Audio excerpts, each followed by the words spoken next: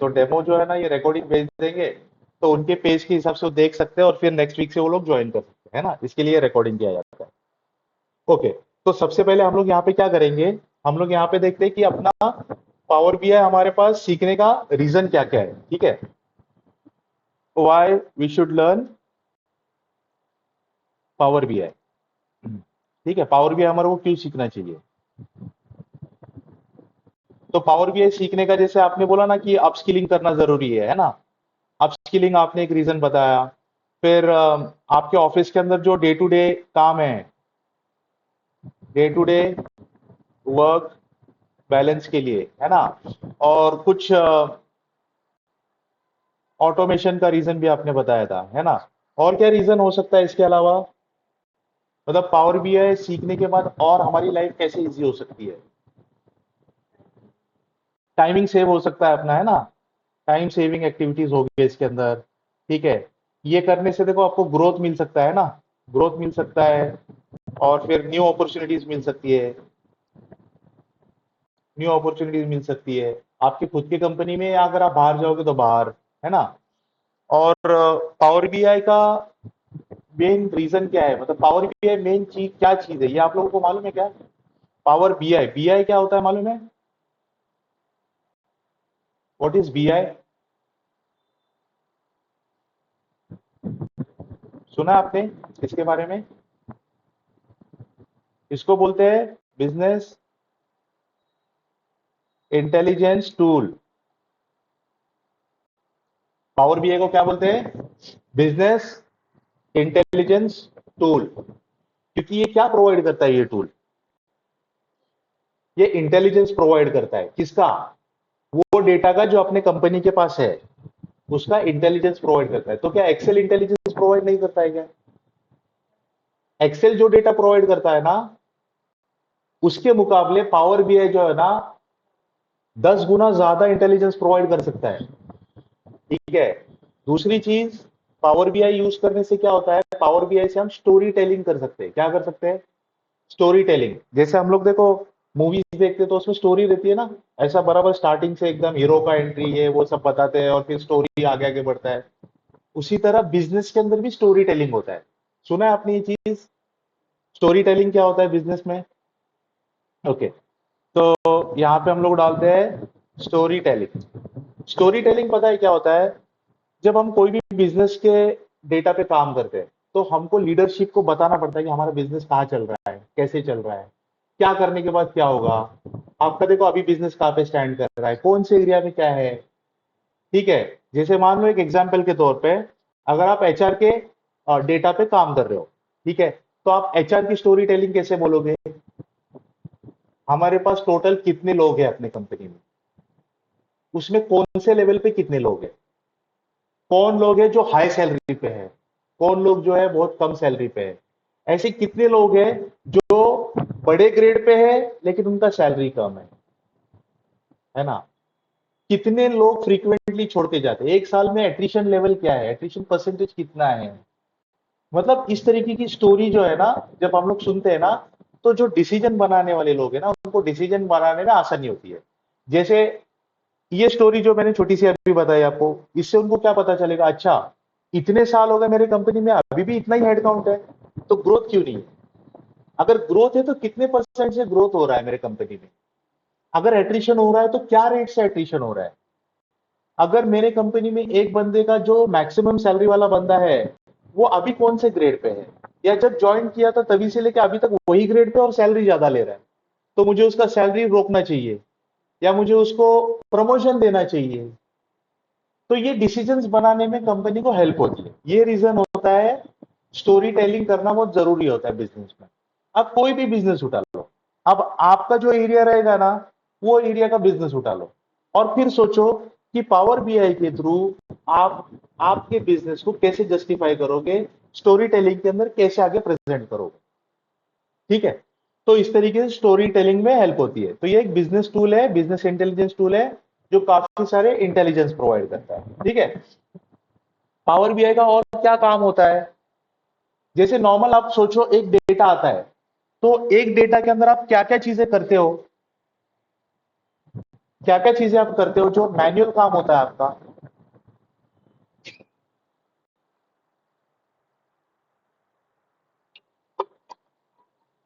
ऐसा होता है क्या कि आपके पास डेटा आ गया और डेटा पूरा क्लीन है, आपको सिर्फ रिपोर्ट बना के दे दे फटाफट, ऐसा कभी होता है कि नहीं? तो डेटा कैसे आता है? वो गार्बेज के फॉर्म में आता है। कैसे आता है? उसको हम लोग गार्बेज क्यों बोलते हैं मालूम है? क्योंकि वो खराब डेटा रहता है ना।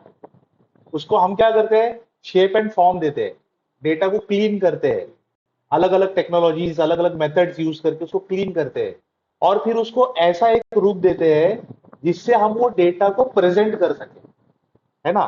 तो ऐसे कौन से कॉमन चीजें हैं जो डेटा के अंदर गलत आती है और हमको सीधी करनी पड़ती है? आ जाओ संदीप।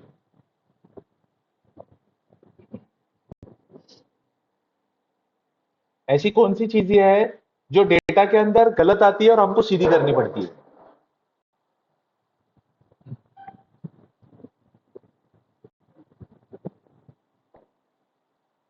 तो देखो, डेटा के अंदर क्या होता है हमेशा? हमेशा डेटा जब आता है तो उसके अंदर क्या होता है, नल वैल्यूज होते हैं। बहुत सारे कॉलम्स ऐसे होते हैं जिसमें नल वैल्यूज होते हैं। नल वैल्यूज मतलब क्या होता है मालूम है? Null values, blank data. Blank data. अब जब भी आप कोई भी ऑटोमेशन के ऊपर काम करते हो, आप पावर बीआई जैसे टूल में काम करते हो, तो आपको ये एक चीज ध्यान देनी है कि आपका डेटा ब्लैंक नहीं होना चाहिए। या तो वहां पे कुछ डेटा होना चाहिए। अगर वो ब्लैंक है तो हमको डिसाइड करना है कि वहां पे क्या डालना है। ठीक है? कुछ इस तरीके से। अगर वो ब्लैंक है तो ब्लैंक को भी किस तरीके से मैनेज किया जाता है ये हमको डिसाइड करना है। ठीक है? जैसे नॉर्मली देखो, हमारे डेटा के अंदर अगर ब्लैंक डेटा आता है और हमको अगर प्रेजेंट करना है, तो पिवट टेबल जब हम बनाते हैं ना, तो वहां पे ब्लैंक बताता है, ब्लैंक, है ना? तो हम क्या करते हैं, वो ब्लैंक की जगह पे कुछ ऐसा कीवर्ड डाल देते हैं ना जिससे पता चले कि यहाँ पे डेटा अवेलेबल नहीं है। जैसे हम लोग डाल देंगे for example data not available, है ना? ऐसा कुछ चीजें हम लोग डाल देते हैं जिससे पता चलता है ओके, ये कैटेगरी के अंदर, ये कॉलम के अंदर इतना डेटा अवेलेबल है और इतना डेटा अवेलेबल नहीं है। लेकिन ब्लैंक दिखाना अच्छा नहीं होता है, इसके लिए हम लोग वो चीजें बताते हैं। ठीक है? तो नल वैल्यूज एक हो गए। और ऐसी क्या चीजें होती है, हम लोग क्या करते हैं डेटा आने के बाद? जैसे डुप्लीकेशंस। डुप्लीकेशंस होते हैं ना डेटा में। डुप्लीकेट डेटा आता है तो हम लोग डुप्लीकेट रिमूव कर देते हैं डेटा में। फिर हम लोग क्या करते हैं डेटा के अंदर, और डेटा को फिल्टर करते हैं, है ना? डेटा को फिल्टर करते हैं, सॉर्टिंग करते हैं डेटा पे। कुछ चीजें सॉर्टिंग करके हमको ये करनी पड़ती है। कॉलम रीशफल करने पड़ते हैं कभी कभी हमको, है ना? कॉलम्स को शफल करना पड़ता है हमको।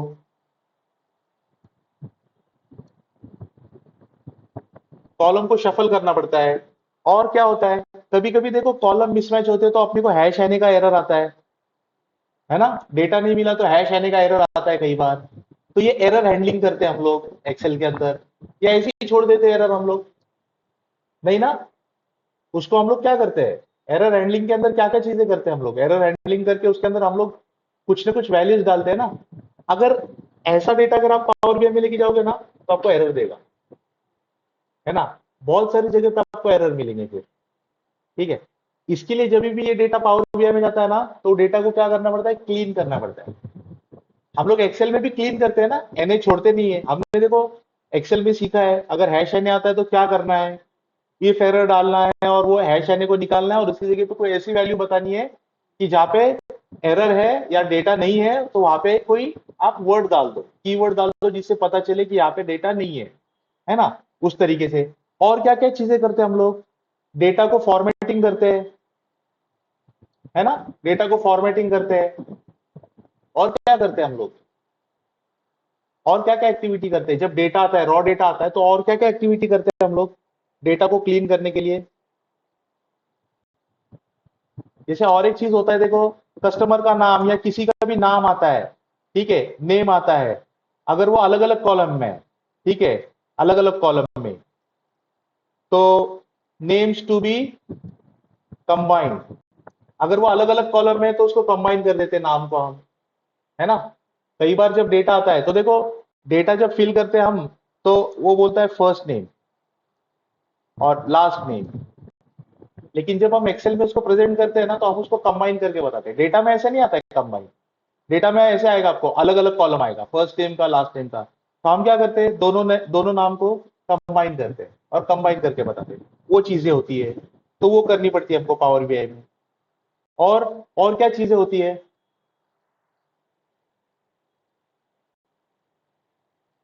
थोड़ा सा मतलब अभी देखो, ऑलरेडी आप अगर एक्सेल पे भी काम कर रहे हो तो आपको पता होगा कि आप क्या क्या चीजें कर रहे हो,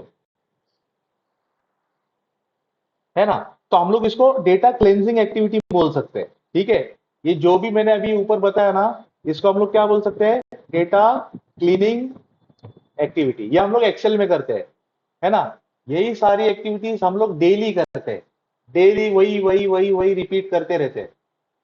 पावर बीआई में क्या होगा, ये वन टाइम एक्टिविटी करके रखनी है और ये आपकी लाइफ सेट कर देगा, ठीक है? तो ये सारी चीजें होगी। तो अभी हम लोग है ना, पावर बीआई क्यों करना है हमको, इसके अंदर हमने ये पॉइंट्स मेंशन किए। फिर यहाँ पे हमने देखा कि हम लोग पावर बीआई में क्या क्या एक्टिविटी करते हैं, या डेली लाइफ में हम लोग daily work activity on data, ऐसे हम लोग यहाँ पे डालते हैं, ठीक है? ये हम लोग डेली अपने डेटा के ऊपर करते हैं, है ना? तो इसको भी यहाँ पे डालते हैं। अच्छा, आपको पता है कि ये जो डेली एक्टिविटी हमने भी जो मेंशन की है, ये जो प्रोसेस के थ्रू जाती है, वो प्रोसेस को क्या बोलते हैं? ये जो डेली एक्टिविटीज हम करते हैं, ये एक्सेल के अंदर तो हम मैन्युअल कर रहे हैं, ठीक है? इसका ऑटोमेट करने का दो तरीका है। एक तो आप वीबीए करो, दूसरा आप इसको पावर बीआई के अंदर जाके इसको ऑटोमेट करो। लेकिन पावर बीआई के अंदर ऑटोमेशन नहीं कर सकते। पावर बीआई के अंदर ऑटोमेशन करने के लिए एक सेपरेट टूल की जरूरत पड़ती है। वो कौन सा टूल है? जैसे एक्सेल के अंदर in Excel we use VBA, automation करने के लिए। उसी तरह पावर बीआई के अंदर ऑटोमेशन करना रहेगा तो क्या यूज होता है? Power query, correct, power query का इस्तेमाल होता है, ठीक है? और इसी पावर क्वेरी को क्या बोलते हैं मालूम है आपको? इसी पावर क्वेरी को बोलते हैं ईटीएल टूल। क्या बोलते हैं इसको? ईटीएल टूल बोलते हैं। अच्छा, ईटीएल का क्या मतलब होता है मालूम है? ईटीएल का क्या मतलब होता है? एक्सट्रैक्ट, ट्रांसफॉर्म और लोड। ये तीन वर्ड सिंपल है, रेगुलर यूज में हमारे है ना, तीन वर्ड। एक्सट्रैक्ट का क्या मतलब है? एक्सट्रैक्ट का मतलब क्या है? डेटा को एक्सट्रैक्ट करना। ट्रांसफॉर्म करना मतलब क्या? उसको फॉर्मेटिंग करना, सॉर्टिंग करना, फिल्टरिंग करना, ब्लैंक वैल्यूज रहेंगे वो निकालना, नल वैल्यूज रहेंगे उस पर काम करना, एरर हैंडलिंग करना, है ना? जो भी डेटा ब्लेंडिंग करते हैं, डेटा हम लोग डेटा के ऊपर जो भी क्लीनिंग का काम करते हैं, वो सारा जो काम है उसको ट्रांसफॉर्म बोलते हैं। और एक बार ट्रांसफॉर्म हो गया तो हम क्या करते हैं? उसको लोड करते हैं। इसीलिए इसको क्या बोलते हैं? ईटीएल प्रोसेस बोलते हैं पावर क्वेरी को, ईटीएल प्रोसेस, ठीक है? यहां तक सबको क्लियर है? कुछ क्वेश्चन है? अगर कुछ क्वेश्चन है तो पूछ लेना।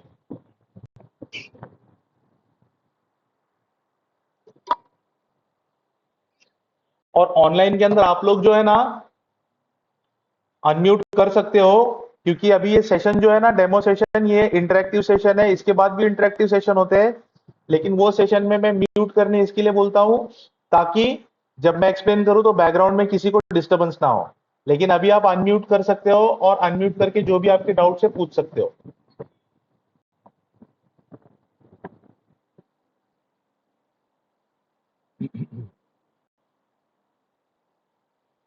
कोई क्वेश्चन है आपके? फिर आगे बढ़ सकते हैं कि हम लोग? Yes sir. ओके, ठीक है। जैसे देखो, मैंने आपको पावर प्लेटफॉर्म के बारे में बताया ना, power platform. Power platform power platform क्या है? माइक्रोसॉफ्ट ने बनाया गया एक प्लेटफॉर्म है, जहां पे क्या है, सारे पावर के मतलब सारे माइक्रोसॉफ्ट के प्रोडक्ट डाले हैं उन्होंने। अभी पहले क्या होता था, माइक्रोसॉफ्ट के पास एक्सेल है और डेटाबेस के लिए एक्सेस होता था माइक्रोसॉफ्ट के पास। लेकिन जैसे जैसे डेटा बढ़ने लगा तो एक्सेस जो है ना क्रैश हो जाता था। एक्सेस, माइक्रोसॉफ्ट एक्सेस जो है ना, उसका कैपेसिटी था सिर्फ 2 GB डेटा मैनेज करने का। 2 GB डेटा मैनेज करने का ही कैपेसिटी था एक्सेस के अंदर। अभी 2 GB डेटा कहां पे खत्म होता है समझ में भी नहीं आता है ना। तो वैसी बात है।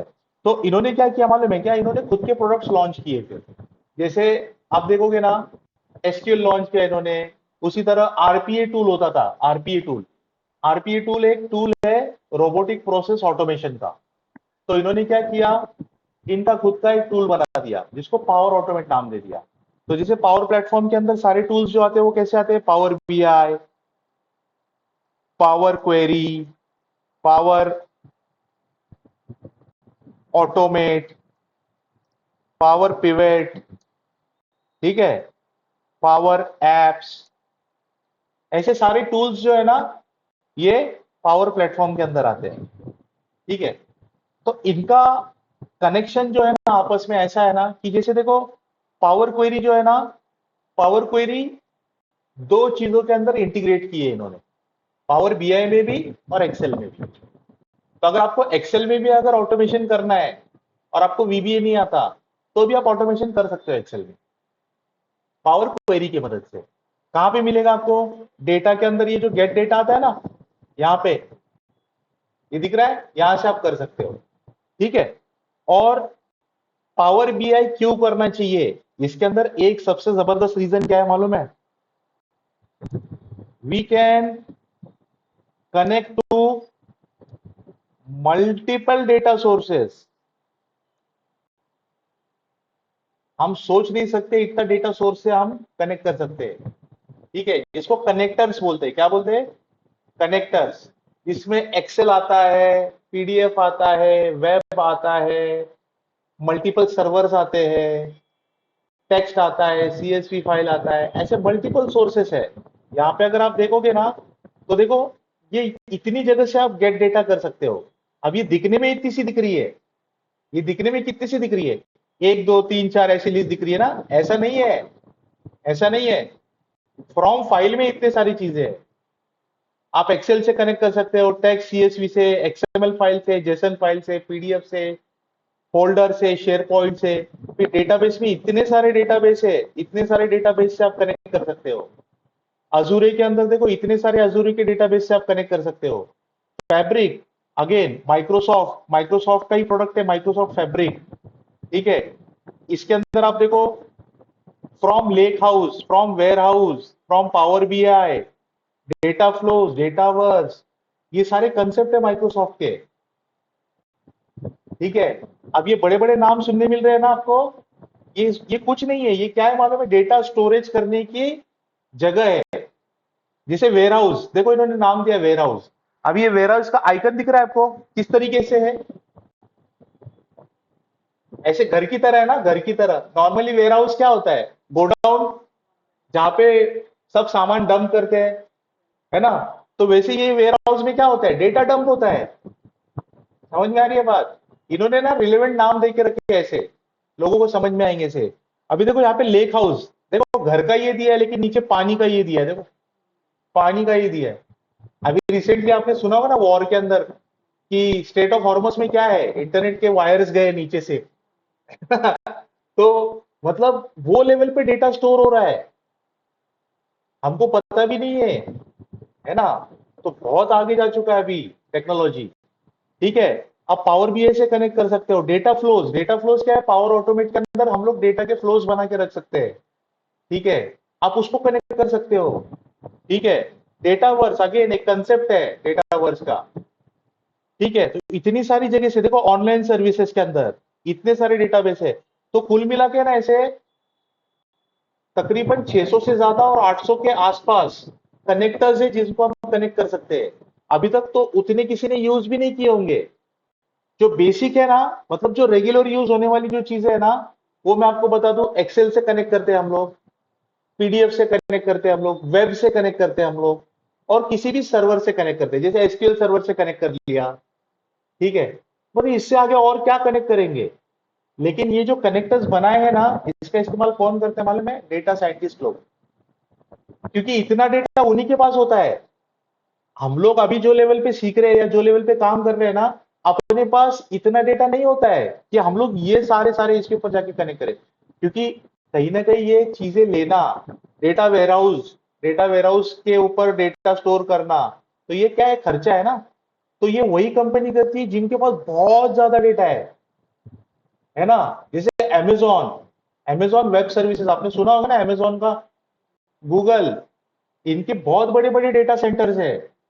तो मतलब वो लेवल पे जाने के बाद ये कनेक्टर्स इस्तेमाल होने वाले है ना। लेकिन इन्होंने दे के रखा है पावर बीआई, ठीक है। तो ऐसे बहुत सारे मल्टीपल मल्टीपल कनेक्टर्स है, डेटा सोर्सेज जिससे हम कनेक्ट कर सकते हैं, ठीक है। अच्छा, ये कंसेप्ट समझ में आया आपको, पावर प्लेटफॉर्म क्या होता है, पावर प्लेटफॉर्म के बारे में। पावर प्लेटफॉर्म के जितने भी मैंने अभी टूल बताए ना, जैसे अभी ये पावर बीआई, ये क्या है, बिजनेस इंटेलिजेंस टूल है, ठीक है।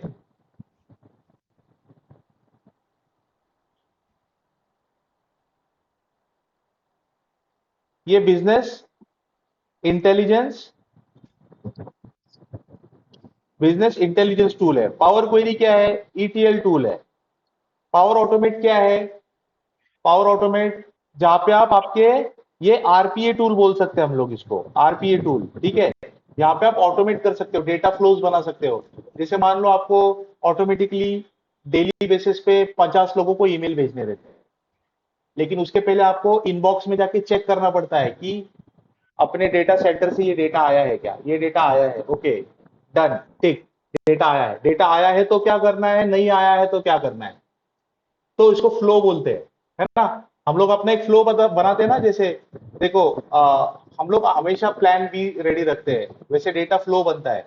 अगर अपने पास कोई डेटा आता है तो ये डेटा 50 लोगों को भेजना है, अगर नहीं आता है तो जो डेटा सेंटर से जहां से डेटा आता है उसको ईमेल भेजना है कि भाई आज का डेटा नहीं आया है।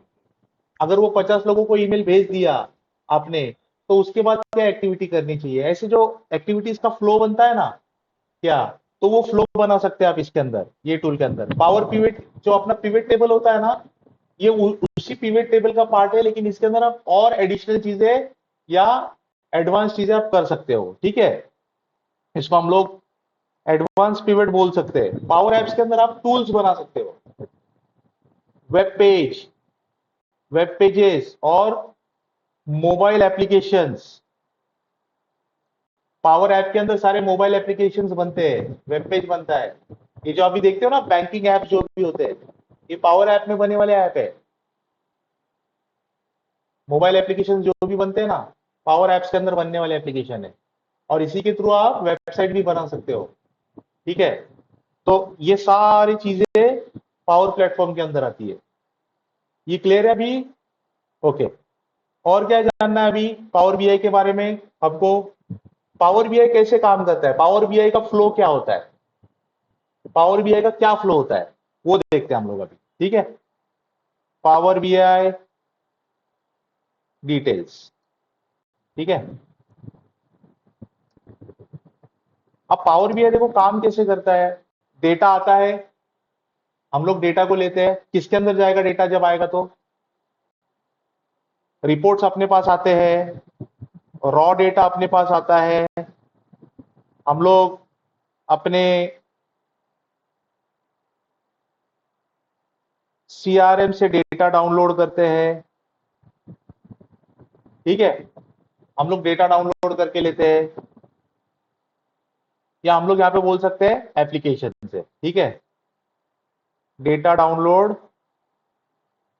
फ्रॉम एप्लीकेशंस, ठीक है। यहां से डेटा आता है, फिर हम लोग इसके ऊपर काम करते हैं, जिसको हम लोग क्या बोलते हैं, ईटीएल, ईटीएल प्रोसेस बोलते हैं, है ना। ईटीएल प्रोसेस बोलते हैं, ईटीएल प्रोसेस। ईटीएल प्रोसेस आपने कर दिया, आपने फिर डैशबोर्ड बना दिया, और उसके बाद आपने क्या किया, पब्लिश किया, ठीक है। ये सारा प्रोसेस होता है पावर बीआई के अंदर, डेटा आने से लेके पब्लिश करने तक का। ये करने के लिए, ये डेटा आने से लेके डेटा पब्लिश करने तक के लिए का जो सफर है, इसके अंदर तीन चीजों की जरूरत पड़ती है। एक है पावर बीआई डेस्कटॉप, दूसरा होता है पावर क्वेरी, जिसके अंदर पावर बीआई के अंदर ही जो पावर क्वेरी है वो, और तीसरा होता है पावर बीआई सर्विसेज, ये 3 चीजें लगती है। ये जो है ना ये फ्री है। पावर बीआई डेस्कटॉप क्या है? फ्री है। जब आप माइक्रोसॉफ्ट से विंडोज ये सब लेते हैं या ऑफिस का कोई एप्लीकेशन का हम लोग सूट लेते हैं माइक्रोसॉफ्ट का, तो पावर बीआई उसके अंदर फ्री आता है।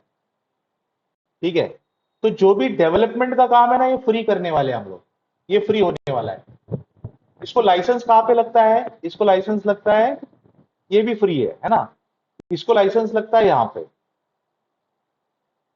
ये यहां पे हमको लाइसेंस की जरूरत पड़ती है, और ये बहुत सस्ता लाइसेंस होता है। ठीक है, अभी हमको ट्रेनिंग पर्पस के लिए इसको लेने की जरूरत नहीं है।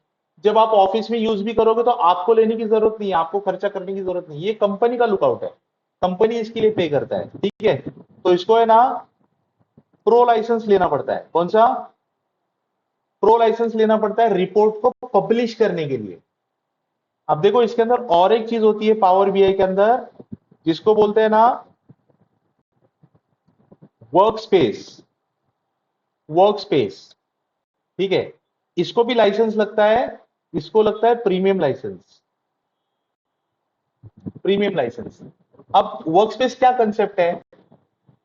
तो आपने डेस्कटॉप के ऊपर क्या बना दिया? रिपोर्ट बना दिया। पावर क्वेरी तो इसी का पार्ट है, तो हम लोग इसको निकाल भी दे तो भी चलेगा। ठीक है, आपने यहाँ पे आपका एक डैशबोर्ड बना दिया, ये डैशबोर्ड को आपको पब्लिश करना है। ठीक है, तो जब आप पब्लिश करते हो ना तो इसका एक लिंक, वेब के ऊपर एक लिंक जनरेट होता है, और जो भी अपने एंड यूजर्स होते हैं ना वो वेब वेब के ऊपर जाके वो रिपोर्ट देख सकते हैं। उनको पावर बीआई डेस्कटॉप का एक्सेस नहीं होता है, वो वेब के ऊपर जाके वो डैशबोर्ड देख सकते हैं। और ये जैसे क्या होता है, ये एडिटेबल होता है, एडिट कर सकते हो आप इसके अंदर। आप इसके ऊपर क्या कर सकते हो? एडिट कर सकते हो, कोई भी चीज बना सकते हो। वैसे पावर बीआई सर्विस का है ना, यहाँ पे कोई भी यूजर को एडिट का ऑप्शन नहीं होता है। ठीक है, तो ये सिर्फ देख सकते हैं, व्यू कर सकते हैं। ठीक है, जैसे आप देखो प्रेजेंटेशन बनाते हो, आप प्रेजेंटेशन यहाँ पे ऐसे प्रेजेंटर के ऊपर बताते हो, है ना, किसी को देते हो क्या? आप सेंड करते हो क्या आप? है ना, आप यहाँ पे खुद बताते हो ना, अगर आपने किसी को भेजा तो वो उसके अंदर चेंजेस कर सकते हैं, है ना। पावर बीआई में वैसे नहीं होता है। पावर बीआई डेस्कटॉप, इसके अंदर आप जो भी डेवलपमेंट का काम करोगे और जब आप रिपोर्ट पब्लिश करोगे ना तो वो लोग वेब के ऊपर देख सकते हैं। ठीक है, अच्छा, वर्कस्पेस क्या होता है मालूम है? पावर बीआई को पब्लिश करना, मतलब कहीं तो उसको सेव करना है, कहीं तो उसको सेव करना है ना, तभी तो पब्लिश होगा। अभी जैसे आप एक रिपोर्ट, एक्सेल की रिपोर्ट पब्लिश करते हो तो शेयर ड्राइव के ऊपर कहीं तो सेव करते हो। वो जो शेयर ड्राइव का जो जगह होता है ना, वो जो जगह होता है वो क्योंकि हमारे विद इन कंपनी है, तो एक स्पेस आपको देकर रखा है कि आप ये स्पेस इस्तेमाल करो, ये फोल्डर में आप सेव करो, तो वो कनेक्टेड रहता है फोल्डर सबके बीच। उसी तरह वर्क स्पेस क्या होता है? एक माइक्रोसॉफ्ट ने दिया हुआ एक स्पेस है। जैसे गूगल के ऊपर देखो, आप गूगल के ऊपर जब लॉगिन करते हो ना तो आपको कुछ स्पेस मिलता है 5 GB तक का, आपके ईमेल स्टोर करने के लिए। गूगल ड्राइव के ऊपर आपको मिलता है स्पेस, है ना। उसी तरह यहाँ पे एक स्पेस खरीदना पड़ता है, पावर बीआई के पास से एक स्पेस खरीदना पड़ता है। तो कंपनी लेवल पे कंपनी क्या करती है, एक प्रीमियम लाइसेंस खरीदती है जिसके अंदर उनको एक वर्क स्पेस का एक्सेस मिलता है, जो कि क्लाउड के ऊपर रहता है। ठीक है, जो सर्वर के ऊपर, क्लाउड के ऊपर रहता है, अपनी कंपनी के अंदर कहीं पे भी उसका इसका इस्तेमाल नहीं होता है। क्लाउड के ऊपर एक जगह मिलती है आपको आपकी रिपोर्ट सेव करने का, और इसका पैसा भरती है कंपनी। तो इसका लिमिटेशन होता है। जैसे आपने आपने बोला कि ठीक है हमको जो है ना 100 GB तक का डेटा सेव करने की जगह दे दो, तो बोलेंगे ठीक है प्रीमियम लाइसेंस लो, तो प्रीमियम लाइसेंस के अंदर आपको इतना पैसा पे करना पड़ेगा। फिर वो लाइसेंस का जो एडमिन होल्डर होता है ना वो डिसाइड करता है किसको यहाँ पे रिपोर्ट पब्लिश करने के लिए देना चाहिए। तो उसी के टीम के अंदर जितने भी रिपोर्टिंग टीम होते हैं ना, वो बोलते हैं ठीक है मेरा ये डैशबोर्ड है, मेरे को पब्लिश करना है। तो वो एडमिन डिसाइड करता है ओके ये डैशबोर्ड उतना इंपॉर्टेंट है क्या, आपके मैनेजमेंट को ये डैशबोर्ड अप्रूव है क्या, आपको इसकी जरूरत है क्या। वो मैनेजमेंट से चेक करता है, फिर मैनेजमेंट बोलते हैं नहीं नहीं हमने ये हमारा रिक्वायरमेंट देके बना के लिया है, हमको ये देखना है, हमको चाहिए। फिर वो स्पेस एलोकेट करता है। ठीक है, फिर जाके जो है ना ये लोग रिपोर्ट देख पाते हैं। तो हम लोग है ना पावर बीआई सर्विसेज के अंदर जो है ना, पावर बीआई सर्विसेज इसके अंदर बहुत छोटा पार्ट है, ज्यादा पार्ट नहीं है। पावर बीआई सर्विसेज जो है ना एक छोटा पार्ट है, रिपोर्ट पब्लिश करना, रो लेवल सिक्योरिटी सेट करना, रिपोर्ट की शेड्यूलिंग करना और किसी को भी एक्सेस देना। ठीक है, तो इसको हम लोग जो है ना एडमिन रोल बोल सकते हैं, एडमिन रोल। लेकिन हमारा मेन काम कहां पे है? पावर बीआई डेस्कटॉप में। मेन काम अपना कहां पे आने वाला है? पावर बीआई डेस्कटॉप के अंदर आने वाला है। ये क्लियर है सभी को? ओके, तो ये हमने पावर बीआई का कुछ ये देख लिया। ओके, और इसके अंदर एक चीज और होती है, मोबाइल सर्विसेज। ठीक है, मोबाइल सर्विसेज भी इसके अंदर एक चीज होती है, मोबाइल सर्विसेज। तो जब आप पावर बीआई का डेस्कटॉप बनाते हो ना, तो दो तरीके से बना सकते हो आप। एक, जो वेब के ऊपर पब्लिश करने वाले हो, जो वेब के जैसा दिखेगा, वेब पेज पे जैसा हम लोग ये ओपन करते हैं ना, कोई भी वेब पेज, कोई भी वेब पेज ओपन करते हैं ना ऐसा, तो ऐसे दिखेगा अपने को। जैसे यहां पे मैं डालता हूं पावर बीआई डैशबोर्ड, ठीक है, sorry, power BI dashboard images, ठीक है, तो ऐसे दिखेगा वेब पेज के ऊपर। ठीक है,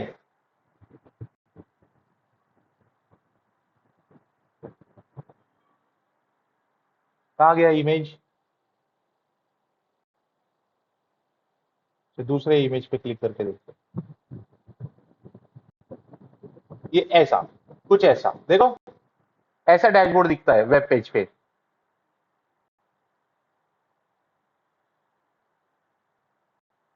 आपने लिंक दे दी, ये लिंक के ऊपर जो है ना, ये लिंक के ऊपर डैशबोर्ड ऐसे दिखेगा, ऐसे दिखेगा। अब इसके अंदर फिल्टर्स का ऑप्शन दे सकते हैं आप। जैसे यहाँ पे देखो दिया है ना फिल्टर्स, आप यहाँ पे जाओ, ये फिल्टर लगाओ, वो फिल्टर लगाओ, वो फिल्टर लगाओ, तो ये ऑटोमेटिकली क्या होगा? चेंजेस होता रहेगा। इसको क्या बोलते हैं? Interactive dashboard. Interactive dashboard. Excel के अंदर जो डैशबोर्ड बनता है वो कैसे बनता है? Static dashboard. एक बार आपने बना दिया, बन गया, बन गया। ठीक है, अब देखो हमने जो डैशबोर्ड एक्सेल में बनाया है, स्लाइसर चेंजेस करने के बाद चेंजेस होते हैं, लेकिन वो इंटरैक्टिव डैशबोर्ड नहीं है। इंटरैक्टिव डैशबोर्ड क्या होता है, जब हम लोग यहाँ पे सीखेंगे ना तब मैं बताऊंगा। ठीक है, इंटरैक्टिव डैशबोर्ड वो होता है, जैसे अभी देखो यहाँ पे स्लाइसर बना है हमने एक्सेल में, यहाँ पे चेंजेस किए तो यहाँ पे चेंजेस हो रहे, ठीक है, वहां तक ठीक है। लेकिन पावर बीआई में क्या होता है मालूम है? अगर आपने ये कॉलम है, फॉर एग्जांपल ये कॉलम किसका है? ये कॉलम है ऑर्गेनिक सर्च का। इसका चैनल का कैटेगरी क्या है? Organic search. आपने इस कॉलम पे क्लिक किया ना, तो ये दूसरे जो चार्ट्स है ना, ये सारे चार्ट्स फिल्टर हो जाएंगे ऑर्गेनिक, ऑर्गेनिक सर्च के हिसाब से। ऑर्गेनिक सर्च के हिसाब से पूरा डेटा चेंज हो जाएगा। उसको बोलते हैं इंटरेक्टिव डैशबोर्ड। मतलब एक चार्ट दूसरे चार्ट से क्या करता है? इंटरेक्शन करता है। ठीक है, इसके लिए इसको क्या बोलते हैं? Interactive dashboard. ठीक है, ओके। और मोबाइल सर्विसेज में क्या होगा? कोई भी बंदे को अगर मोबाइल पे रिपोर्ट देखना है तो मोबाइल पे भी देख सकता है, वो मोबाइल के फॉर्म में आएगा। देखो, दो चीजें होती है, जब हम लोग यहाँ पे हम लोग कोई भी ओपन करते हैं ना, तो अभी देखो एक ऑप्शन आया है इसके ऊपर, यहाँ पे हमको बताता है कि आपको डेस्कटॉप व्यू देखना है क्या। जब आप मोबाइल पे कोई वेब पेज खोलो तो आपको यहाँ पे पूछता है डेस्कटॉप व्यू देखना है क्या, या आपको मोबाइल व्यू देखना है। तो अगर आपने वो वेब पेज के ऊपर अगर मोबाइल व्यू सिलेक्ट किया ना, तो वो वेब पेज अलग दिखता है। देखा आपने, नोटिस किया ये बात? अगर नहीं किया है ना, तो जब भी अभी आप मोबाइल पे कोई भी वेब पेज ओपन करो और यहाँ पे ना ऊपर थ्री डॉट्स पे क्लिक करो और यहाँ पे जाओ, तो आपको ऑप्शन मिलेगा, ऑप्शन मिलेगा कि आपको डेस्कटॉप व्यू देखना है या आपको मोबाइल व्यू देखना है। तो आप मोबाइल व्यू करोगे ना, तो जो छोटा छोटा छोटा छोटा दिख रहा है ना आपको डेस्कटॉप व्यू, ठीक है, वेब व्यू, वो क्या करेगा? उसको मोबाइल व्यू बना देगा और फिर आपको एकदम अच्छे से दिखना चालू हो जाएगा। आप बोलोगे अरे हाँ ये अच्छा दिख रहा है अभी। तो ये चीज होती है, तो ये कंसेप्ट है उसके अंदर। ओके, लेकिन उसका इस्तेमाल बहुत कम है, इसका जो इस्तेमाल है ना वो बहुत कम है। ठीक है, मोबाइल सर्विसेज का। ओके, और क्या चीजें डिस्कस करनी है अभी हमको? हमने ये सारी चीजें कर ली। इसके अंदर अभी जो मैंने बताया ना पावर बीआई सर्विसेज के अंदर, इसके अंदर दो रोल होते हैं। कितने रोल होते हैं? दो रोल होते हैं अपना। जैसे देखो अभी हम लोग डेस्कटॉप का काम करने वाले हैं, तो ये डेवलपमेंट का काम करने वाले हैं। और जो सर्विसेज में काम करने वाला है वो कौन होगा? वो एडमिन का काम करने वाला बंदा रहेगा, उसका एडमिन रोल रहता है। अच्छा, इसके अंदर जो है ना, जो रोल्स की बात है, रोल्स के अंदर भी है ना अलग अलग चीजें होती है। जैसे हम पावर बीआई डेस्कटॉप के अंदर कोई रिपोर्ट बनाते हैं, अभी मान लो आपने एक डैशबोर्ड बना दिया, आप चाहते हो कि आपको वो डैशबोर्ड जो है ना एरिया वाइज बताना है, एरिया वाइज। जैसे आपके टीम में 4 सब टीम है, अब ये टीम का एक्सेस या ये टीम का डेटा दूसरे टीम के मैनेजर को नहीं दिखना चाहिए, उसको उसी का डेटा दिखना चाहिए जो उसकी टीम का है। आपकी टीम के मैनेजर को आपकी टीम का ही डेटा दिखना चाहिए। तो रो लेवल सिक्योरिटी जो होता है ना, उसको हम सेट कर सकते हैं कि ये मैनेजर को इतना ही डेटा दिखाना है, तो हम वो सेटिंग्स कर सकते हैं पावर बीआई के अंदर। तो जब वो पावर बीआई ओपन करेगा ना, तो उसको उतना ही दिखेगा। लेकिन जो एडमिन जो बंदा रहेगा ना, वो जब ओपन करेगा ना, तो उसको सब दिखेगा, उसको सब दिखेगा। जैसे अपना सीनियर मैनेजर आपका, वो जब ओपन करेगा उसको सब दिखेगा। लेकिन जो टीम मैनेजर लेवल पे काम करने वाले बंदे ना, उनको उन्हीं की टीम का डेटा दिखेगा। उसको क्या करना है? दूसरी टीम का डेटा देखकर, है ना, उसको दूसरी टीम का डेटा देखकर क्या करना है? या आपने कोई डैशबोर्ड बनाया है जिसके अंदर एचआर के रोल सेट करके रखे, आपने एडमिन के रोल सेट करके रखे, ऑपरेशंस वालों के रोल सेट करके रखे, तो एचआर वालों को एडमिन का डेटा देखकर क्या करना है ना। इसीलिए हम भी जब भी देखो अपने कंपनी के अंदर कोई भी वेबसाइट पे जाते हैं ना, तो हमको हमारे से रिलेटेड चीजें ही दिखाई देती है। जैसे अभी आप पेरोल के ऊपर जाते हो, पेरोल के ऊपर आपको दूसरे टीम मेंबर का डेटा दिखता है क्या? आप ही का दिखता है। तो क्या उसके अंदर दूसरों का डेटा नहीं है? दूसरों का भी डेटा होता है, लेकिन उन्होंने क्या किया होता है? उन्होंने ऐसा सेटिंग किया होता है, ऐसे एक्सेस, ऐसे रोल सेट करके रखे होते हैं, ताकि जब आप देखो ना, तो आपको आप ही का डेटा दिखाई दे, है ना। उसके बैकग्राउंड में कुछ रोल सेट करके रखे होते हैं, तभी जाके वैसे दिखता है। ये क्लियर है सभी को? ओके। बाकी इसके अंदर कुछ क्वेश्चन है तो पूछ लेना।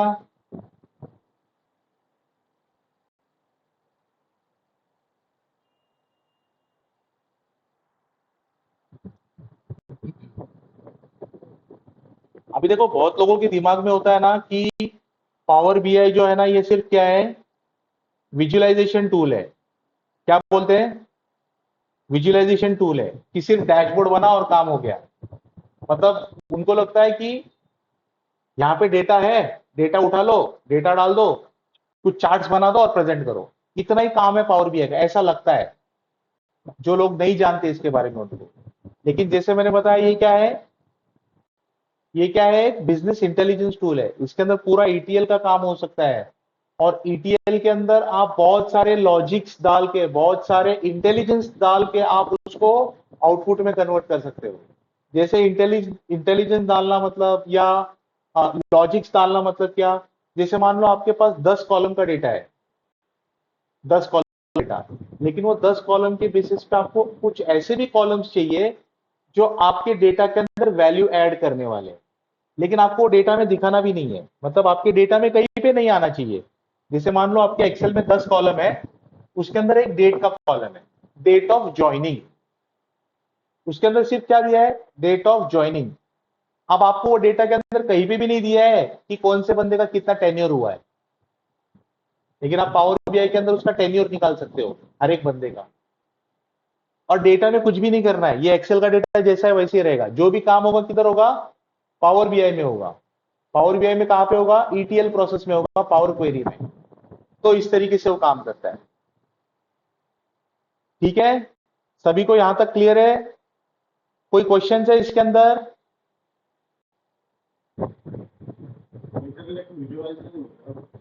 मेजर क्या होता है? गुड। देखो ऐसा अगर आपने कुछ पूछा ना, तो मजा भी आएगा, है ना।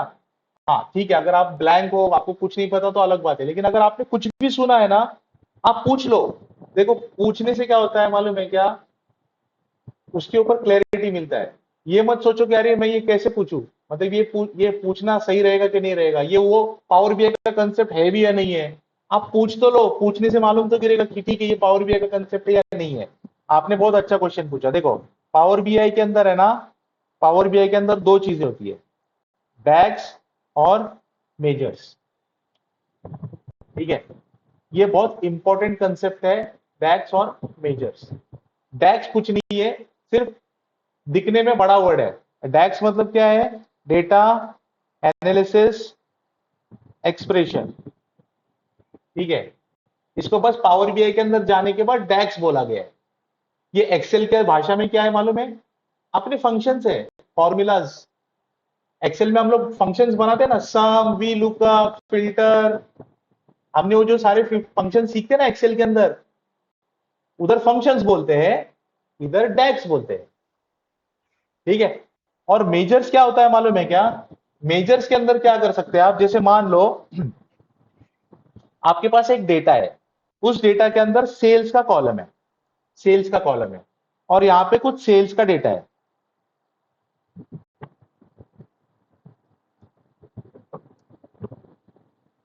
ये कुछ सेल्स का डेटा है।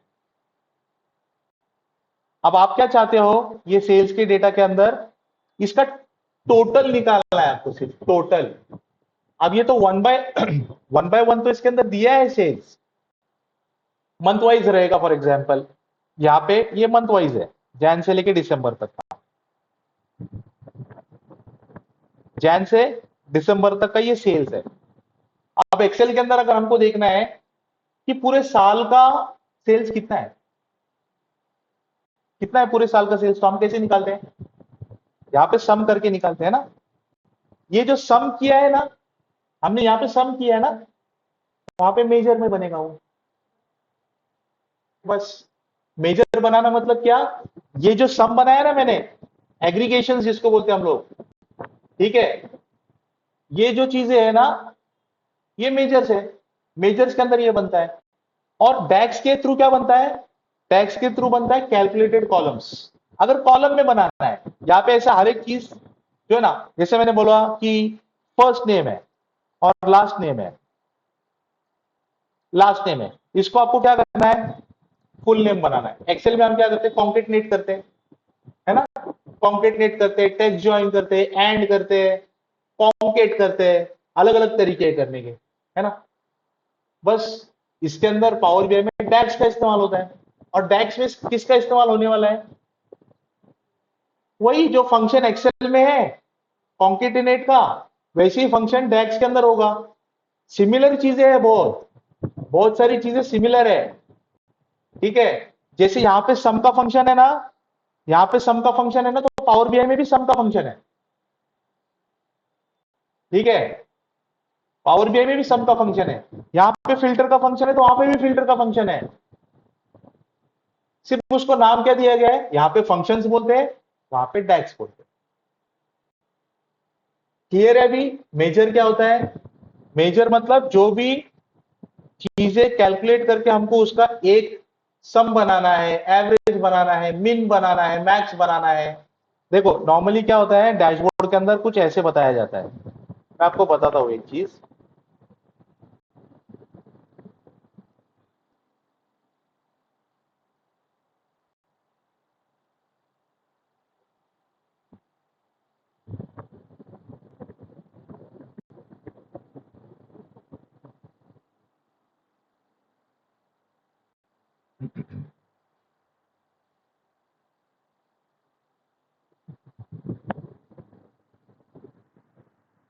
ये पावर बीआई का Loading data model.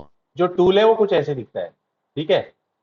जैसे एक्सेल का एक एप्लीकेशन होता है ना, वैसे पावर बीआई का एक एप्लीकेशन है। एक्सेल के एप्लीकेशन में डेटा कैसा आता है? टैब्यूलर डेटा आता है, tabular tables, tabular data. Loading queries. इसके अंदर टेबल्स वगैरह कुछ नहीं होते, ठीक Preparing है। report. इसके अंदर जो है ना पेज होते हैं, पेज, ठीक है। ये दिख रहा है नीचे, जैसे एक्सेल में शीट होते हैं ना, इसमें पेज होते हैं। देखो यहाँ पे क्लिक करोगे ना तो इसमें पेज होते हैं, अपने इसमें शीट होते हैं एक्सेल में, इसमें पेज होते हैं। एक्सेल के अंदर टैबुलर डेटा दिखता है, इसके अंदर ऐसा ड्राइंग के जैसा एक दिखता है ना। इसको कैनवस बोलते हैं, वो डिटेल में मैं बताऊंगा आपको। लेकिन अभी मैं आपको क्या बताने के लिए लाया हूं, यहाँ पे देखो डैशबोर्ड के जैसा दिखता है। तो ये जो दिख रहा है, ये यहाँ पे ये जो बता रहा है ना टोटल स्कोर, टोटल स्कोर, ये टोटल स्कोर बनाने के लिए मेजर बनाया गया है, देखो। और ये मेजर बनाने के लिए क्या इस्तेमाल किया है? काउंट का फंक्शन। काउंट है ना एक्सेल में भी, ये काउंट का फंक्शन बनाया है हमने। और यहाँ पे बताया है। टोटल स्कोर्स कितने हैं 186, ये बताना है हमको। लेकिन हम ऐसा अगर डेटा है अपने पास, ये डेटा के बेसिस पे बता सकते हैं क्या? नहीं। तो इसको हम क्या करते हैं, सम करते हैं यहाँ पे। अगर काउंट बताना है काउंट करते हैं यहाँ पे, है ना। ये जो होता है ना ये मेजर में बनता है। यहाँ पे जैसे ये टोटल स्कोर दिखाने के लिए ये एक मेजर बनाया है, गुड स्कोर परसेंटेज बनाने के लिए ये मेजर बनाया गया है। तो यहाँ पे देखो गुड स्कोर के लिए क्या किया है। अच्छा, गुड स्कोर जानने के पहले पहले गुड स्कोर कैसे बनाया है, सम यूज करके। देखो सम का फंक्शन दिख रहा है, सम का फंक्शन यूज किया है। यहाँ पे काउंट का फंक्शन यूज किया है। देखो स्विच, यहाँ पे स्विच का फंक्शन है। अपने एक्सेल में क्या है, इफ। एक्सेल में क्या है, इफ स्टेटमेंट होता है ना एक्सेल में, वैसे पावर बीआई में क्या है, स्विच। एक्सेल में भी स्विच का फंक्शन है। एक्सेल में जाओगे ना, देखो स्विच, ये स्विच का काम क्या है मालूम है, जो इफ स्टेटमेंट में काम करते हैं ना हम, वही काम स्विच करता है। ठीक है, कोई डिफरेंस नहीं है, सिर्फ यहां पे स्विच है। हम लोग यहाँ पे इफ का भी इस्तेमाल कर सकते हैं, इफ, लॉजिकल टेस्ट, वो भी कर सकते हैं हम। जैसे देखो यहाँ पे ना, यहाँ पे आप इफ डालोगे ना, देखो इफ आ गया, देखो ऊपर हेल्प आ गई। जैसे हमारे को एक्सेल में देता है ना सिंटेक्स, यहाँ पे भी दे रहा है। देखो लॉजिकल टेस्ट, अगर ट्रू हुआ तो क्या करना है, फॉल्स हुआ तो क्या करना है। मतलब जो एक्सेल सीखे उनके लिए लाइफ इजी है कि नहीं है, मतलब उनके लिए सीखना कोई डिफिकल्ट काम नहीं है ना। तो बस यही होता है, ये मेजर बनाया है ना, ये मेजर बनाया है। यहाँ पे देखो, फिर अभी अब जो परसेंटेज निकाला है क्या किया है, good score divided by total score, divide किया है, सिंपल। एक्सेल में भी हम ऐसे कुछ करते हैं ना, डिवाइडेशन, है ना, वो किया है। यहाँ पे देखो, ये देखो if statement, if good score percentage is greater than target then show green, else show red. जो इफ स्टेटमेंट सिंपल, जो एक्सेल में इस्तेमाल करते हैं वही है ना। तो कोई डिफिकल्ट नहीं है ये, ठीक है।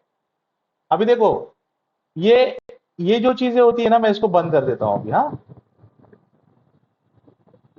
यही चीजें स्टोर करते हैं हम लोग डेक्स में और मेजर में। ठीक है, क्लियर है ये अभी आपको? ओके, और कोई क्वेश्चंस? आगे बढ़ेंगे फिर हम। ओके, अभी देखो हम लोग आते हैं फिर इसके ऊपर, क्लास की डिटेल्स के ऊपर और फीस की डिटेल के ऊपर। तो अपना ये जो बैच रहेगा ये क्या रहेगा, AABI 003। अब ये स्टार्ट कभी से होगा, आज 14th है ना, तो ये स्टार्ट होगा 21st से, 21st से स्टार्ट होगा, 21 जून 2026 से। इसका टाइमिंग क्या रहने वाला है, इसका टाइमिंग अपना रहने वाला है एवरी संडे मॉर्निंग 9 to 1।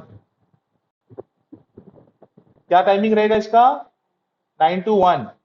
और इसका अप्रोक्सीमेटली कितना टाइम टेन्योर है इसका, 5 मंथ। ठीक है, तो आगे पीछे मैंने जैसे आपको बताया ना कि 1 महीना आगे पकड़ के चलो, क्योंकि हम लोग जो सिखाते हैं ना, वो अपने कोर्स को खत्म करके, जो है ना, जल्दी जल्दी खत्म करने के हिसाब से नहीं सिखाते। सब लोगों को समझ में आना चाहिए उस हिसाब से सिखाते हैं। प्लस इसके अंदर अपनी कुछ छुट्टियां हो जाते हैं, वो सारे कंसिडरेशन करेंगे तो ऊपर 1 या 2 महीना ऐसा पकड़ के चलना है हमको। कोशिश हमारी ये रहेंगी कि हम लोग अपनी ये टाइमलाइन के ऊपर चले। लेकिन आपके क्वेरी सॉल्विंग्स होते हैं, फिर कुछ छुट्टी आ जाती है, कुछ ऐसे रीजंस हो जाते हैं जिसकी वजह से थोड़ा आगे पीछे हो जाता है। ठीक है, तो ये 5 महीने का रहेगा। ये कैसे रहेगा, ऑनलाइन ऑफलाइन दोनों मोड में रहेगा। और ऑनलाइन ऑफलाइन का ये तरीका रहेगा कि अगर आपने जैसे अभी एनरोलमेंट करते समय ऑनलाइन एनरोलमेंट किया है, आपको ऑफलाइन आना है तो आप ऑफलाइन आ सकते हो। अगर आपने ऑफलाइन एनरोल किया है, अगर आपको ऑनलाइन ज्वाइन करना है तो आप ऑनलाइन भी ज्वाइन कर सकते हो। तो उसमें कोई रिस्ट्रिक्शंस नहीं डाले। ये क्लियर है सभी को? ओके, इसके बाद देखो फीस के अंदर क्या है, इसका फीस जो है ना 16,000 का फीस है, 16,000। ओके, अब अगर आप वन टाइम फीस पे करोगे तो 10% डिस्काउंट है, जैसे आपने दूसरे कोर्सेज में भी है, ये सेम उसी तरह काम करता है। वन टाइम सिंगल पेमेंट करोगे तो 10% डिस्काउंट है। अगर इंस्टॉलमेंट में अगर आपको पे करना है तो 4 इंस्टॉलमेंट में पे करना है। अभी देखो ये इसके अंदर मेंशन किया ना, बिफोर 10th, अब क्योंकि पहले हम लोगों का क्या था, हमारा ऑनलाइन पोर्टल नहीं था कोई।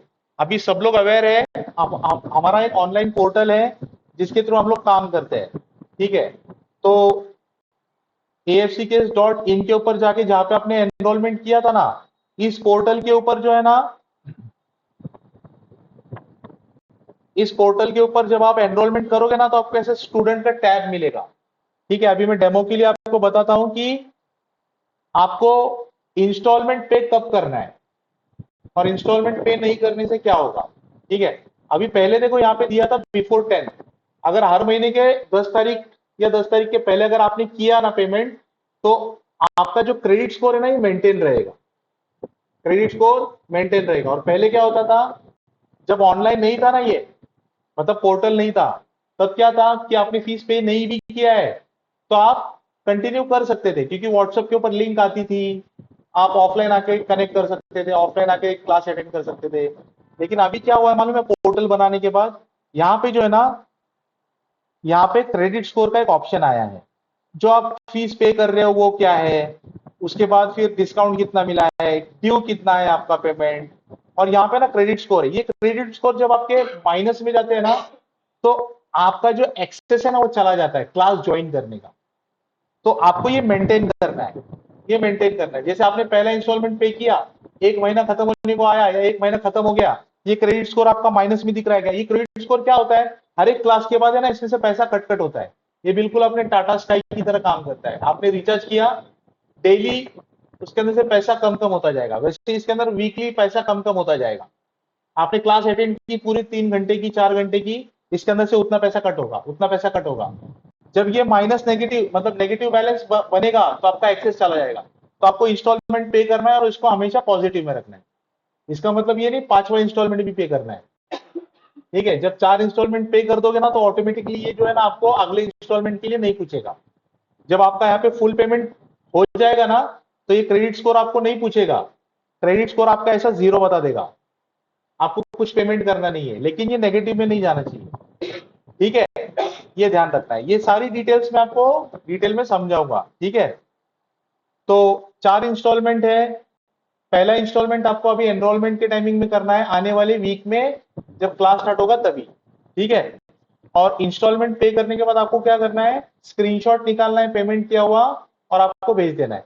अच्छा, एनरोलमेंट अभी करने का तरीका क्या है, जहां पे आपने देखो शेड्यूल में जाके यहाँ पे आपने एनरोल किया था ना, तो एनरोलमेंट के साइड में ही आपको यहाँ पे पे करने का ऑप्शन आया होगा। देखो, आपको वो पे पे नाउ के ऊपर क्लिक करना है और आपको फीस पे करनी है। अच्छा, एक और चीज यहाँ पे देख लो, जैसे मान लो अभी आपने एनरोल किया, एनरोल करते समय आपने यहाँ पे क्या किया है, इंडिविजुअल सिलेक्ट किया है और इंस्टॉलमेंट सिलेक्ट किया है। अब आपको ये डेमो में पता चला कि यार 10% डिस्काउंट मिल रहा है, लेकिन आपने तो यहाँ पे क्या कर दिया, एनरोलमेंट कर दिया है। ठीक है, एनरोलमेंट आपने कर दिया है, तो आपको यहाँ पे देखो पे फीस का ऑप्शन दिख रहा होगा। अब लेकिन ये आपको कितना पे करने के लिए बोल रहा है, 4000। कितना पे करने बोल रहा है, 4000 पे करने के लिए बोल रहा है। जब आप इस पे क्लिक करोगे ना, तो ये आपको 4000 पे करने के लिए बोलेगा। और यहाँ पे मल्टीपल ऑप्शन है, देखो मल्टीपल ऑप्शन है, आप ये मल्टीपल ऑप्शन में से चूज कर सकते हो।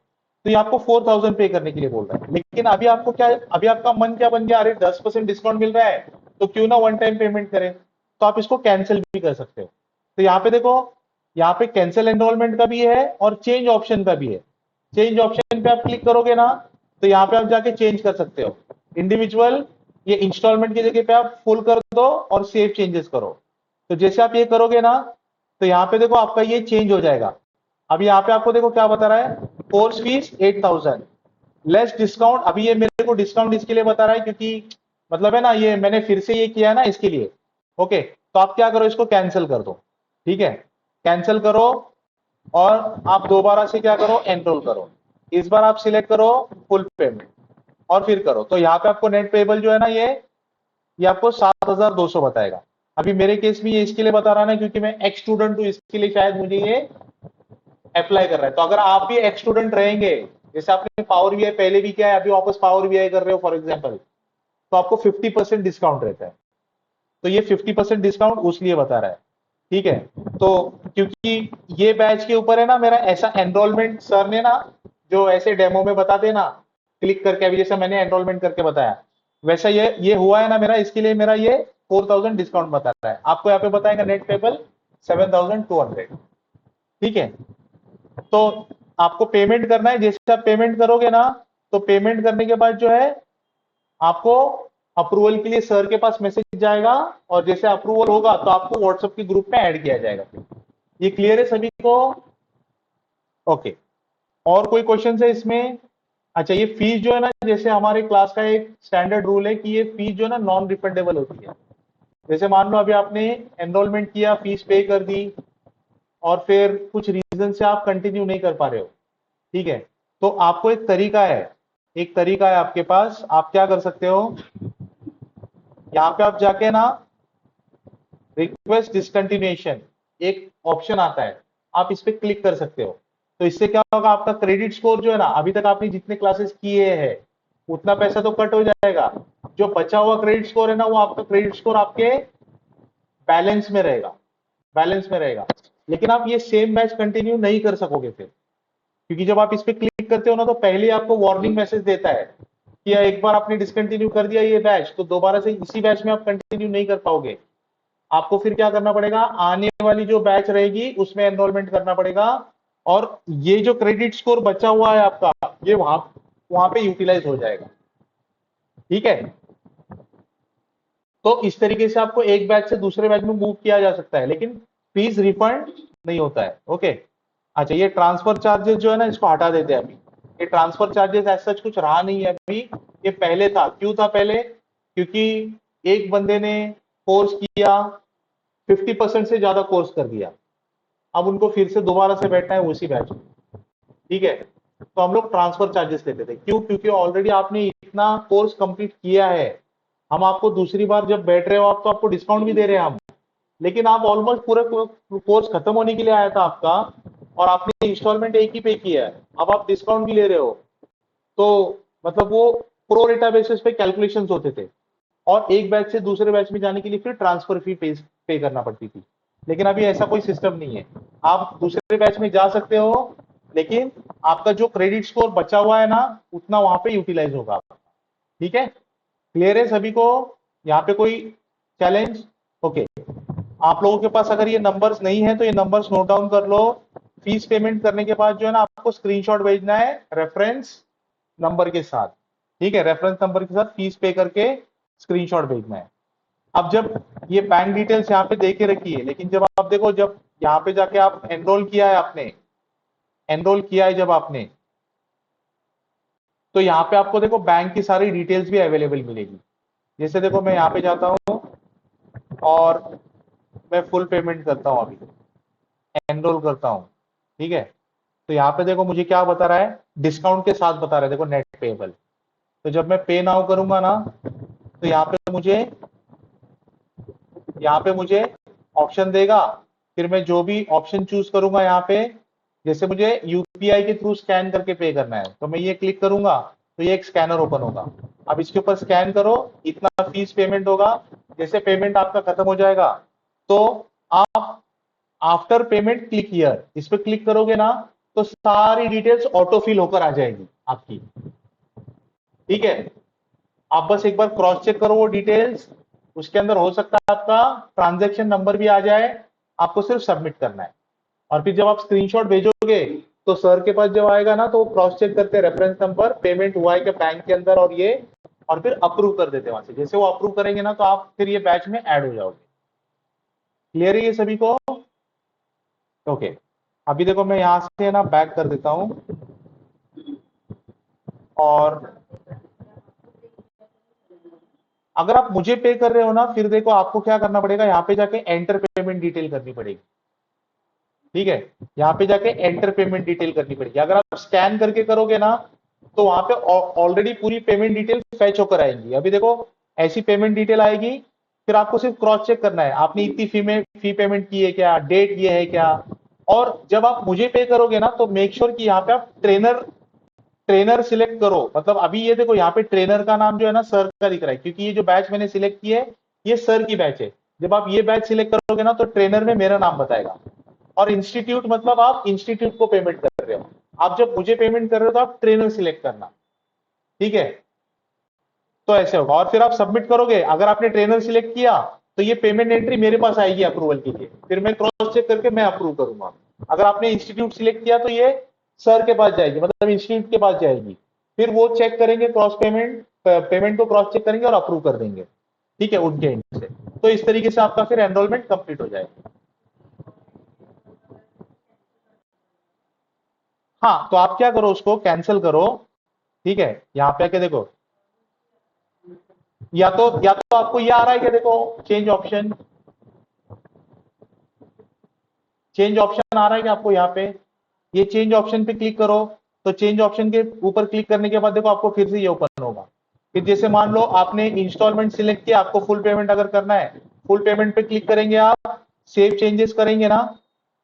अभी देखो मेरा तो ऑलरेडी फुल पेमेंट था, मैं इंस्टॉलमेंट करता हूँ, ठीक है, इंस्टॉलमेंट सेव चेंजेस, तो देखो ये चेंज होकर आ गया। तो अब ये इंस्टॉलमेंट बता रहा है। अब ये क्योंकि ये बैच का है इसके लिए 5000 बता रहा है, ठीक है।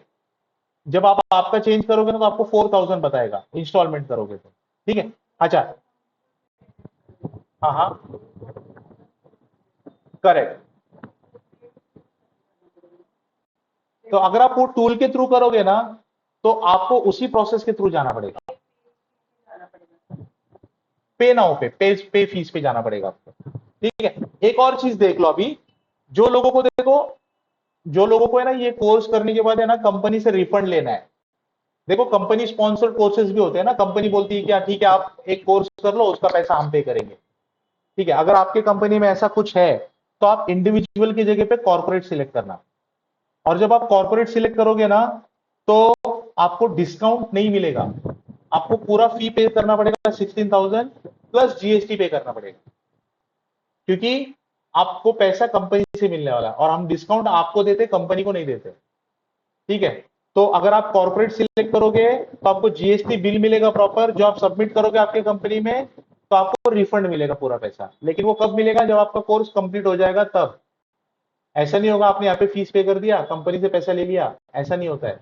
उनको आपको कोर्स कंप्लीट करके बताना पड़ेगा विथ गुड स्कोर्स और गुड 100% अटेंडेंस, ठीक है, अटेंडेंस के साथ, ठीक है। तो ये केस में जो है ना, कॉर्पोरेट के केस में इंस्टॉलमेंट अप्लाई नहीं होगा, ठीक है, आपको फिर फुल पेमेंट ही करना पड़ेगा, ठीक है। तो बस ये चीजें थी, और इसके अंदर कोई डाउट है फिर, अगर कुछ डाउट है तो पूछ लो।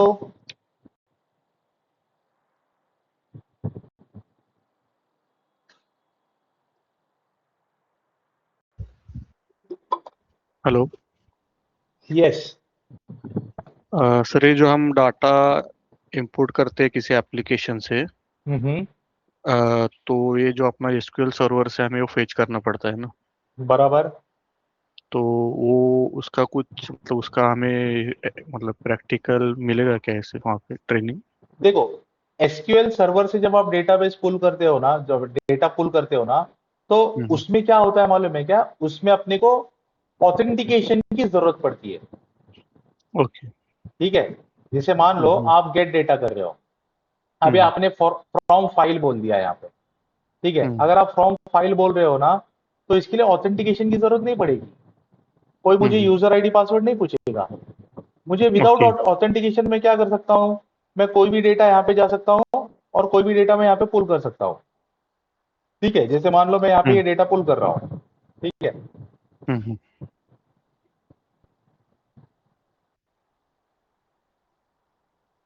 मैं ये डेटा इसको इंपोर्ट कर रहा हूँ यहाँ पे, ठीक है।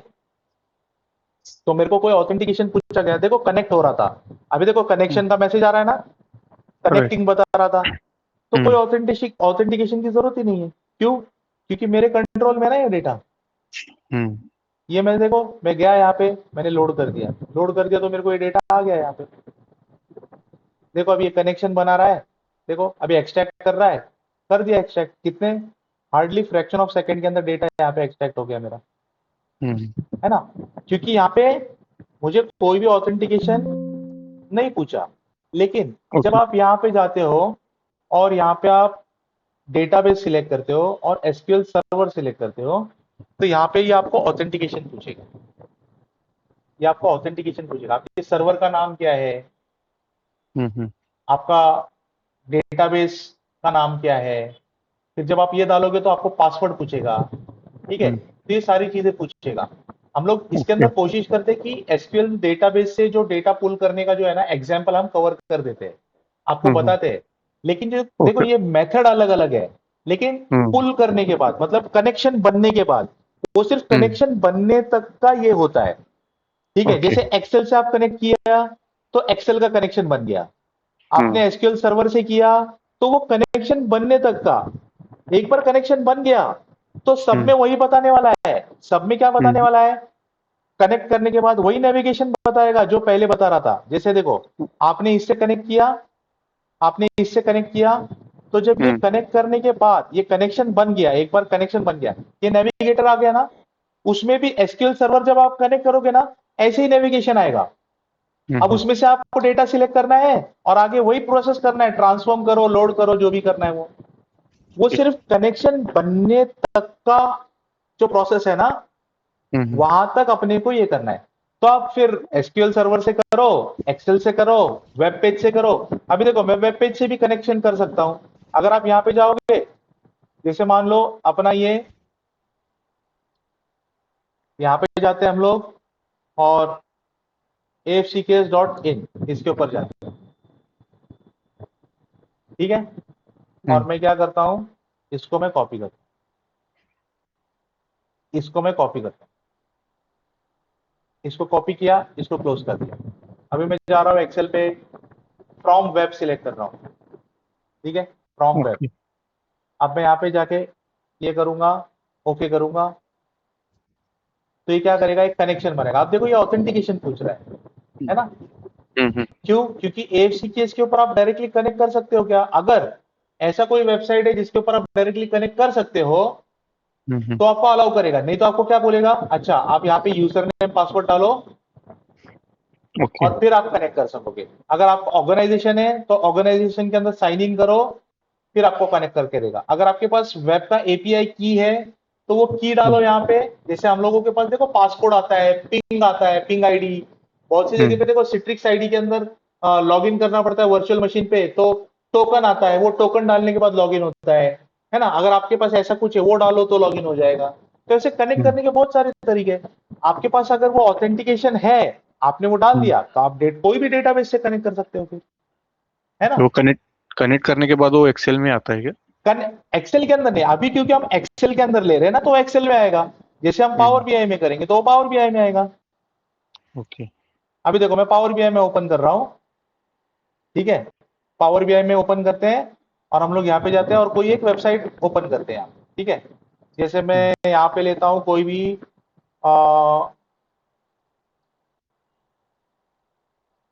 बॉलीवुड मूवीज विकिपीडिया, मैं ये लेता हूँ, ये वाला पेज लेता हूँ, ठीक है। अब देखो यहाँ पे पूरा लिस्ट ये सब सब सब सब बता रहा है। मैं इसको कॉपी करता हूँ यहाँ से, यहाँ पे जाता हूँ, कनेक्ट यूजिंग वेब वेब, ठीक है, कनेक्ट यूजिंग वेब,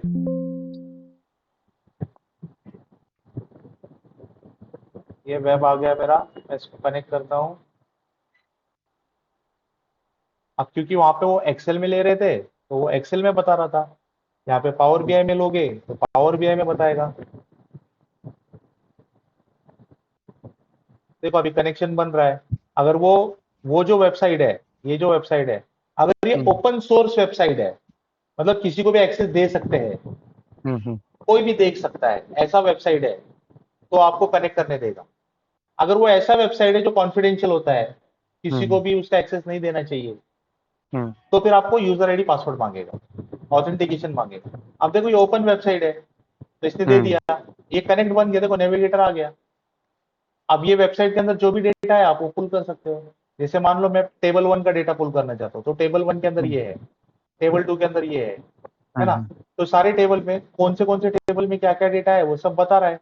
आप कोई भी डेटा ले लोगे और इसको, कोई भी डेटा ले लोगे और इसको आप लोड करोगे तो यहाँ पे क्या होगा, पावर बीआई के अंदर वो डेटा लोड हो जाएगा।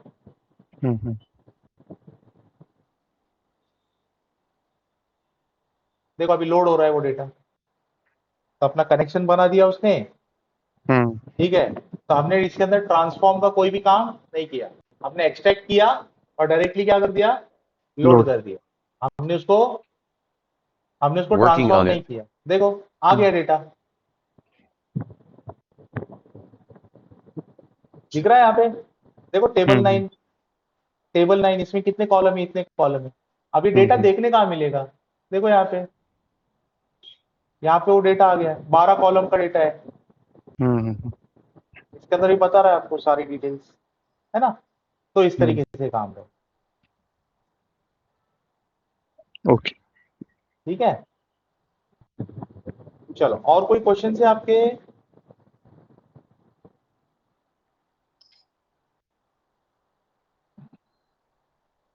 और कोई क्वेश्चन है तो पूछ लेना, अदरवाइज मेरा ये नंबर आप लोगों के पास, सभी के पास तो है ही, और रजा सर का भी नंबर है आपके पास। जस्ट इन केस अगर आपको डेमो सेशन के बाद अगर कुछ डाउट आता है, कुछ क्वेरी दिमाग में आती है, कुछ लगता है कि अच्छा पावर बीआई से रिलेटेड ये चीज पूछनी चाहिए थी, या अभी जब हम्म आप डेमो खत्म होने के बाद आप खुद गूगल पे कुछ सर्च करोगे पावर बीआई के बारे में, और आपको हम्म अगर ऐसा लगता है कि अरे हाँ ये पावर बीआई के बारे में पूछना चाहिए कि ये चीज सिखाने वाले हैं क्या, अगर ऐसा कुछ भी क्वेश्चन अगर आपके दिमाग में आता है तो आप मुझे फोन करके पूछ सकते हो। अच्छा, सिर्फ फोन जब आप करोगे तो पहले मुझे व्हाट्सएप मैसेज डालना, और अगर मैंने आपको रिप्लाई दे दिया उसके बाद कॉल करना, या मैं आपको कॉल बैक करूंगा, ठीक है। क्योंकि मेरा जो है ना 11:30 को मेरा एक बैच चालू होने वाला है, तो मैं क्लास में रहूंगा। अगर मैं क्लास में रहूंगा तो मैं कोशिश करता हूँ कि मैं फोन ना उठाऊं, न्यू नंबर दिखे तो। अगर पहचान हम्म वाला नंबर रहेगा तो मैं उठा देता हूँ, क्योंकि कभी कभी होता है ना, कभी कभी कुछ अर्जेंट काम हो सकता है, या हम्म अपने हमारे स्टूडेंट्स का कॉल आता है कि कनेक्ट कनेक्ट नहीं कर पा रहे, तो मैं कॉल उठा देता हूँ फिर भी। तो आप मुझे व्हाट्सएप पे पिंग करके रखो, मैं आपको कॉल बैक करूंगा मेरा क्लास खत्म होने के बाद, ठीक है। ठीक है।